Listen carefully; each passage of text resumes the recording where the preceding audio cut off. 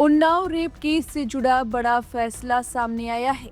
इस केस के दोषी और पूर्व भाजपा विधायक कुलदीप सिंह सेंगर को सुप्रीम कोर्ट से एक बार फिर बड़ा झटका लगा है। अदालत ने उसकी जमानत याचिका खारिज कर दी है। साथ ही उसके खिलाफ चल रहे केस को फास्ट ट्रैक करने का आदेश दिया है। सुप्रीम कोर्ट ने दिल्ली हाई कोर्ट से कहा कि वह 3 महीने के अंदर सेंगर की अपील पर फैसला करे। सुप्रीम कोर्ट में सेंगर की दलीलें। सेंगर की पहली दलील थी कि उसे पीड़िता के पिता की मौत के मामले में 10 साल की सजा मिली है। वह 7 साल से ज्यादा जेल में रह चुका है।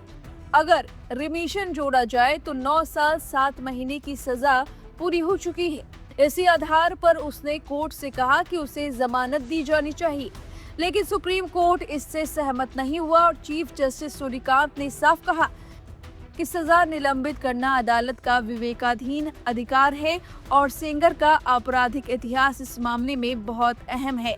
कोर्ट ने यह भी याद दिलाया, सेंगर केवल एक मामले में नहीं बल्कि नैतिक अधमता में जुड़े गंभीर अपराधों में दोषी पाया जा चुका है।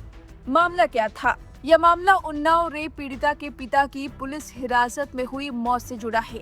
निचली अदालत ने इस मामले में सेंगर को 10 साल की सजा सुनाई थी। दिल्ली हाई कोर्ट पहले ही उसे जमानत देने से इनकार कर चुका है और उसी फैसले को चुनौती देकर सेंगर सुप्रीम कोर्ट पहुंचा था।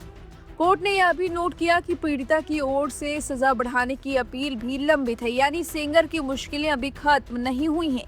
चीफ जस्टिस सूर्यकांत ने सेंगर की निष्पक्ष सुनवाई की दलील पर उसे याद दिलाया, भारत एक ऐसा देश है जिसने कसाब जैसे आतंकवादी को भी फेयर ट्रायल दिया। आपको इस पर गर्व होना चाहिए। अब आगे क्या? अब सेंगर की अपील पर 11 फरवरी को सुनवाई होगी। तब तय होगा कि उसकी सजा में कोई राहत मिलती है या नहीं। फिलहाल सुप्रीम कोर्ट का संदेश साफ है, कुलदीप सेंगर को जेल से बाहर आने की कोई जल्दी नहीं है। अब इस आदेश पर आपकी क्या राय है? हमें कमेंट करके अपनी राय जरूर दे। बने रहिए लाइव हिंदुस्तान के साथ। उम्मीद है, मुझे सुप्रीम कोर्ट से पूरी उम्मीद। मैं तो शुरू से चिल्ला रही हूँ कि सुप्रीम कोर्ट मुझे न्याय देगा।